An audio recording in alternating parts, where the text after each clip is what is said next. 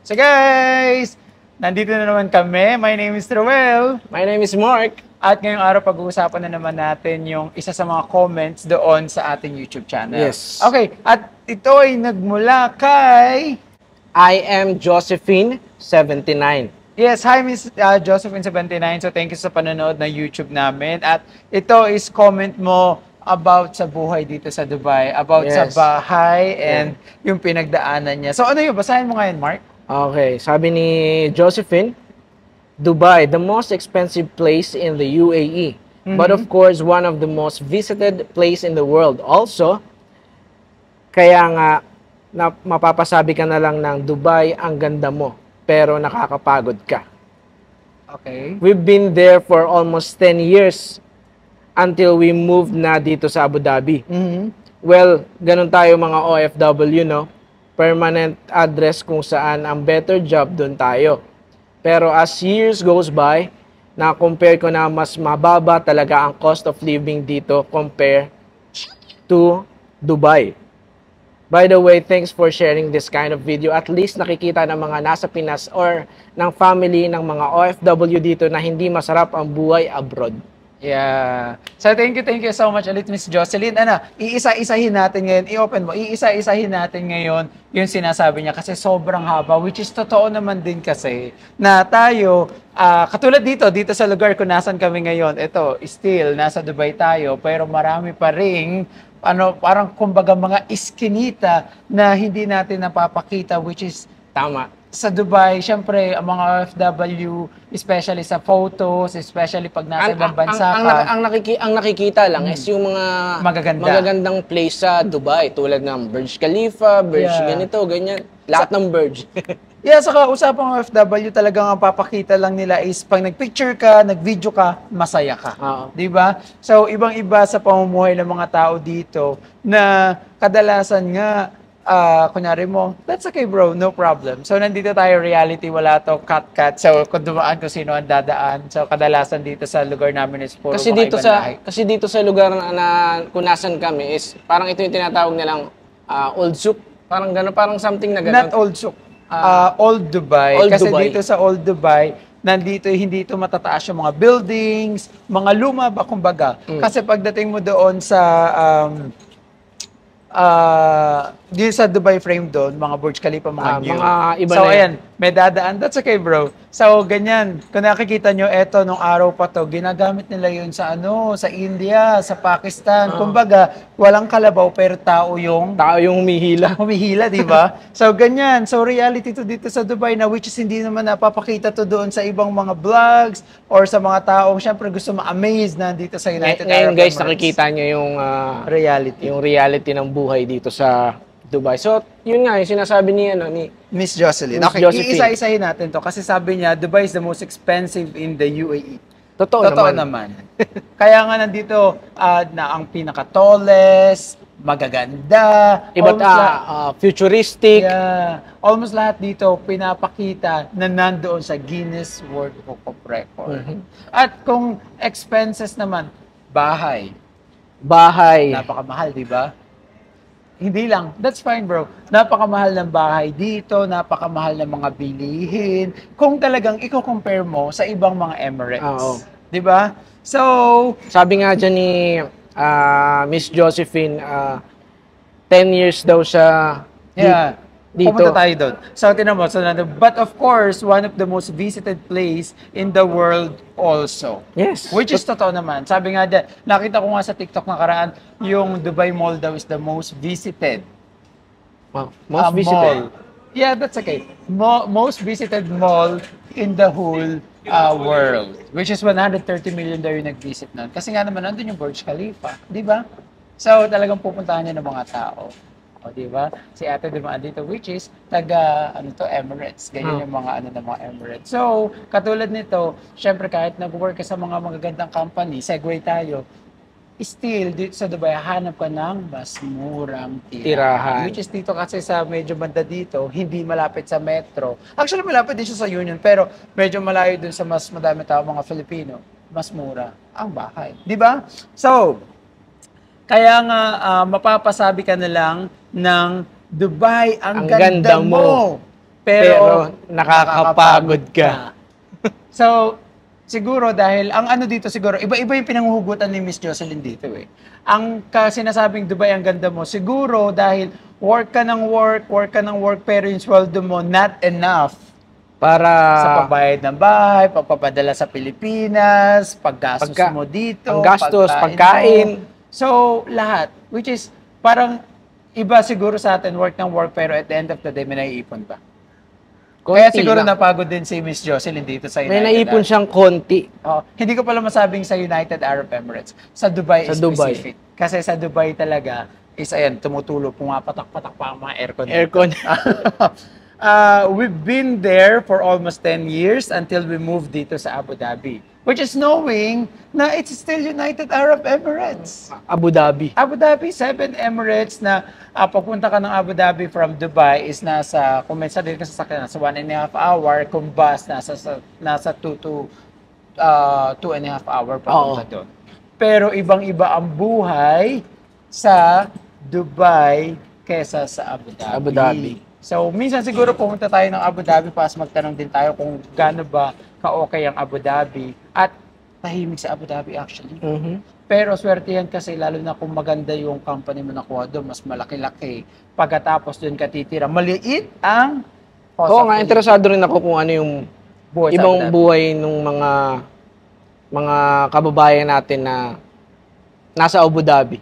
Yeah. Actually, dito sa United Arab Emirates, ang pinaka-city dito or capital is Abu Dhabi. Pero yung ibang mga tao na hindi alam yung parang Abu Dhabi or what, akala nila ibang bansa ang Dubai. Dubai. Di ba parang gano'n na pumunta kang Dubai, magkaiba po ba ang Abu Dhabi? Kasi iba naman talaga yung itsura ng Dubai. Totoo. Talagang Kasi parang kung titingnan mo, Dubai ang pinaka-city, parang gano'n, no? Pero hindi. Ang capital is Abu Dhabi. Pero city naman ng Dubai, pero talagang ito kasi yung mas kilala talaga, especially sa mga tourists, sa mga magagandang mga places dito. Compare mo sa Sharjah, compare mo sa Abu Dhabi, compare mo sa Ajman, Fujairah. So sila kasi parang mga probinsya, pero ang Abu Dhabi established naman. Established, pinakamayaman nga siya. Tsaka madaming building din doon na kilala. Pero tahimik dun sa Abu Dhabi. No? Okay. So, well, ganun nga tayo mga OFW, no permanent address kung saan better job dun tayo. Una-una, kaya nga umalis ang tao sa Pilipinas para magtrabaho sa ibang bansa. So, medyo lalayo ka na. Kung nandito ka na sa UAE, syempre, yung pinag-uusapan namin kung saan mas magandang sweldo, mas magandang trabaho. Mas magandang opportunity. Yes, doon ka talaga mag-move. Kaya nga yung iba, hindi lang, pag nandito ka na, nasa Abu Dhabi ka, nasa Dubai ka, nakakita ka ng opportunity sa ibang bansa. Especially mga nurses dito. Kadalasan ngayon, Canada, US. Ako may kakilala ako ng mga nurses dito sa Dubai. Sa Dubai, yung mga nasa nag-ano sila, para sila yung mga nurse ng mga hari. Yung mga ganun. Ano, parang personal. Versus yung maganda yung mga salary nila. So, kaya nga tayo, let's pag-usapan na lang natin kahit sa bahay, hindi sa maganda opportunity. Walang permanente dito sa United Arab Emirates. Walang permanente dito sa Dubai. Bakit nga ba lumilipat yung mga tao sa bahay? Ano ang mga reason? Syempre yung, una, hindi naman una, isa. Kunyari mo sa'yo, bakit ka umalis sa dati mong bahay? Bakit ka umalis sa dati mong bahay? Ano ang reason? Siyempre hindi mo nakasundo yung mga kasama mo. Oo, isa yun sa mga reason, di ba? Saka siyempre, hindi ka na, parang feeling mo hindi ka nag-grow. Oo. Totoo naman yun. Or else, minsan, katulad nito, pag nakita ka ng maganda opportunity, lipat ka. Hindi lang maganda opportunity. Kunyari mo nakatira ka dito sa Dera, pagkatapos nakakita ka ngayon ng kahit work, kahit hindi maganda opportunity, nandito ka, pupunta ka sa Jebel Ali, so, lilipat ka kung saan ka mag-a-adjust at makakamura. Oo. Saka yung oras kasi going there, talagang medyo malayo. Pero, sobrang mahal talaga ng Tirahan dito dito sa Dubai. Especially, pag-usapan na lang si Mark, magkano ang bahay mo? Ang bahay ko ay 1.4. O, di ba? 1,400. Let's say, kumikita siya ng 5,000. Let's say na lang So almost nandun pa sa parang pa-half na rin, no? Bawas pa rin. Ang laki ng Oo. bawas. Paano pa kung malayo ka, may transportation? Buti May- na lang kamo, wala. Siyempre, kasi malapit Disapera din. lang. Oo. Kumbaga, kung may transpo pa, edi dagdag gastos pa rin yun. O, di ba? Tapos kakain ka pa. Tapos so talagang kumbaga nakakapagod kung babiyahe ka pa papunta doon, dito ka nakatira. So, nafe-feel ko si Miss Jocelyn kasi ako din, dumaan ako dito. I've been here for 9 years. 9 years. Imagine, nag-start ako, ang sweldo ko 2,500. Ang binabayaran ko sa bahay noon, 1,000. Magkano na naman titira? 1,500. 1,500. Mamamasahe ko, 300. Ang mahal ng 300. Ano yung car lift? Unlimited, let's say, train. Yun Unlimited, Pagkatapos, kakain ka. Magpapadala ka sa Pinas, nagpapaaral Wala ka. nang- wala Yung nang kapatid ko nung pinapaaral ko pa. Oh, Wala nang matitira sa'yo. alam mo ang kasiyahan namin doon? Chai. Alam mo ang chai dito, nakakaiyak. Ang chai is 1 dirham. 1 dirham. So ngayon, pare-pareho kami mga kasama ko sa bahay na dati. Lalabas kami para mag-chai. Na-try pa namin mag-roti. Alam mo yung fresh roti na nilalagay dun sa, yung ginagawa nila, yung niluluto talaga nila fresh? 1 dirham lang din 1 yun. dirham lang. So kakain kami noon 2 dirham. So yung mga ibang lahi dito, kung kukompare mo kasi sa mga Filipino, ang mga Filipino is magastos. Magastos. Gusto branded. Feeling ko, oo nga, yun din naman napansin ko yung mga Pilipino dito, yung mga kababayan natin, mas magastos nga. Magastos. Kesa doon sa mga ibang lahi na kinakain lang talaga nila pag nakikita mo sa daan. Oo, hindi sila nahihiya eh. Roti, mga okay lang po. Chai, di ba? tapos yung mga tig 2 dirham na mga chicken roll, alam mo yung mga Oo, ganun ganun lang. Saka nakakatuwa sa kanila yung damit nila. Yun at yun lang din. I mean, walang mga brand, pas okay sila, di ba? Parang mas madami nasa save nila. Kala mo mahirap sila, pero pag tinignan mo yung mga wallet nila, madami silang pera. Di ba? So, okay, proceed tayo. Kung saan, pero as years goes by, na-compare ko na mababa talaga ang cost of living dito compare sa Dubai. So, pinag-compare niya Dubai at Abu Dhabi talaga. So, napag-usapan nga natin doon. Oo nga daw. Marami din nagsasabi ng mga yung mga kasama ko nang sumasayaw. Mura talaga ang bahay sa Abu Dhabi. Kumbaga dito is 1,000, doon parang 400 lang. Oo, minsan let's say 1,000 room na yun. Pero ang tanong kasi diyan, may mga tao kasing gustong masaya, ayaw masyadong tahimig. Sa Abu Dhabi kasi tahimig. Tahimik. Gusto dito sa Dubai, madaming nami-meet, madaming nakakasama, madaming gagalaan. Kasi ang mga taga Abu Dhabi, pag gustong gumala niyan, pupunta ngayon ng Dubai. Di ba ganun yan? Pero ang kagandahan doon kasi once in a while lang, hindi yung laging everyday tayo, pagbaba mo dito. Ayan na. Okay. Andiyan na agad. May makikita ka, bibilin mo. So, lahat ng mga bisyo nandito. So, yun yung kaibahan. Kaya mapagpo-compare mo talaga sa bahay pala. Kahit ako pumunta ako sa Abu Dhabi, di ba parang tahimik, pero depende nga sa buhay ng tao. Kasi kung ikaw talagang bahay work ka, tapos talagang... Parang pwede ako sa Abu Dhabi. Ayun.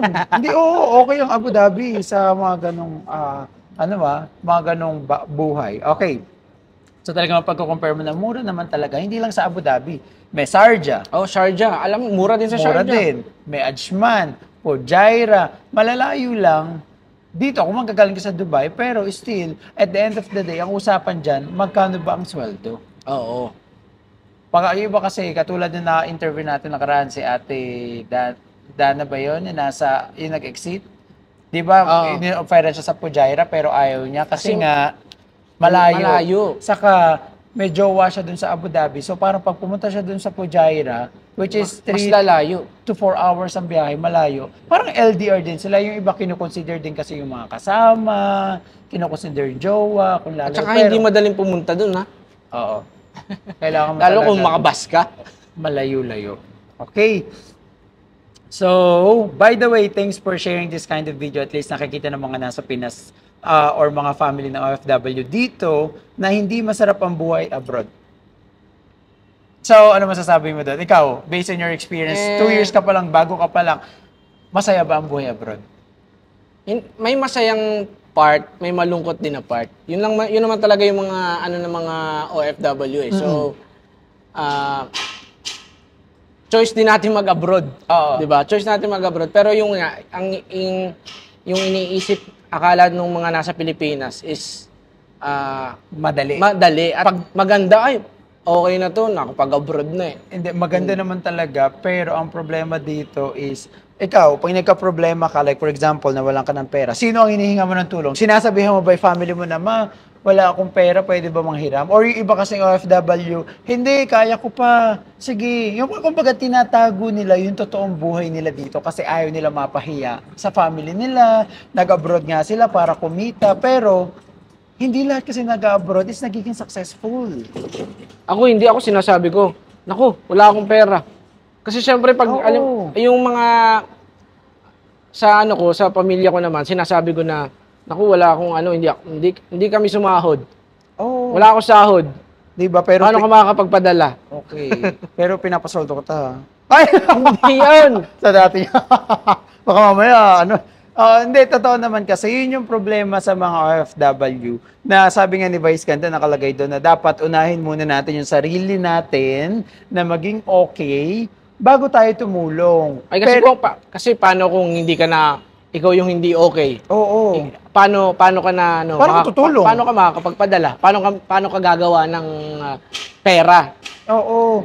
Kaya dapat kung magpapadala ka or mag-share ka ng ng blessings mo, yung enough lang, hindi yung buhos, biyaya, ganito, bibigay mo lahat sa kanila knowing na wala ka na talagang matitira. Pero kasi as an OFW, most of the time, di rin natin sila masisi. Kasi nga, especially kung nagpapaaral sila, kunyari mo ako, hindi na mababa ang sweldo ko, pinapadala ko lahat, talagang magtitiis at magtitiis sila. Kaya siguro, ang maging aral na lang dyan, yung mga tao sa Philippines na sinusuportahan ng mga OFW na nandito, na hindi na alam nila hindi ganun kalaki ang sweldo, tipirin yung pera doon, gastusin sa tama, pagkatapos, wag masyadong hingi na hingi.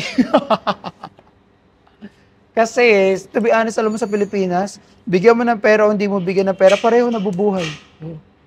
Parang kaya nila yung sarili nila. Ikaw dito. Paano tayong nandito sa sa ibang bansa? Paano pag ikaw ang nawalan dito, sino ang tatakbuhan mo? Di ba ang hirap? Kaya, yun, nakakatawa, Miss Jocelyn, mas okay talaga na kami kasi hindi namin scripted yung mga binablog namin, ganyan. So, pinapakita talaga namin yung buhay dito sa United Arab Emirates, which is, hindi lang puro maganda, pero reality lang ang pinapakita natin. Kung ano ba yung bahay, magkano ba yung bahay dito. So, yun. So, si Miss Jocelyn, alam ko madami din itong pinagdaanan kasi 10 years. 10 years. Imagine. So, siguro hindi lang siya nandito kasi kami sa Dera eh. So, hindi lang siguro siya sa Dera, siguro tumira siya sa Burjuman, tumira siya sa Alnada. Sa 10 years, madami ding natira niya. Tapos, nakita niya ang home niya sa Abu Dhabi. Okay. So, siguro yun lang for today's video. Isang comment na naman yung nasagot natin at napag-usapan. Kasi nakakatuwa naman talaga na pag-usapan yung mga experience ng tao na naranasan dito, di ba? Kaya yung iba na nanonood dito sa channel na to is pwede kayong mag-share ng buhay nyo dito sa Dubai or kung ano man yung gusto nyong i-share. Tapos pag-usapan natin yan at mag-share din kami sa inyo ng mga buhay namin dito. Yes. So din kami mag-invite at pwede kung invite natin sila kung pwede. No? Oo, kung gusto nyo magpa-interview, kung nandito lang din kayo sa UAE, pwede namin kayong puntahan. House tour. At ang gusto namin in the future, makatulong din sa mga kababayan natin. Kung meron kayong mga problema in the future, maglalagay kami ng drop box dito sa office namin sa labas. Maglagay kayo ng sulat or pagkatapos, basta gusto natin mas okay sulat kamay and then kung ano man yung mga problema nila, tutulungan natin. Kung hindi man natin... Kung kaya. Oo. Hindi, tatry natin yung best natin na solusyonan. Kung di man natin masolusyonan 100%, at least makatulong tayo sa mga maliliit na bagay. At ma-share nila yung story nila dito sa ating channel. Okay? So, thank you so much guys for watching at thank you so much ulit Miss Josephine pala. Jocelyn tayo ng Jocelyn. Josephine! Sabi ko nga, Josephine. So, thank you so much Miss Josephine sa pag-comment at panonood ng vlogs and I hope to see you para mas ma-interview namin kayo at mas malaman natin yung naging buhay nyo dito para makapag-share din kayo sa mga OFW na nandito at yung mga gusto in the future na pumunta dito sa United Arab Emirates. Okay? Nandito kami ngayon sa Eskinita, Yeah. sa Payunion to. So, Sa ito yun. yung papunta dun sa Naif to actually. Naif. Yeah. So, ito yung itsura. So, titingnan namin kung makakaupo kami sa ibang lugar dito. Kung pwede. Kaya kami bumili nito upuan para in the future kahit saan, uupo na lang kami at mag-vlog. Kumakita niyo, ang dami dumadaan. So, thank you so much and see you guys here in Dubai. Bye! Dubai, bye.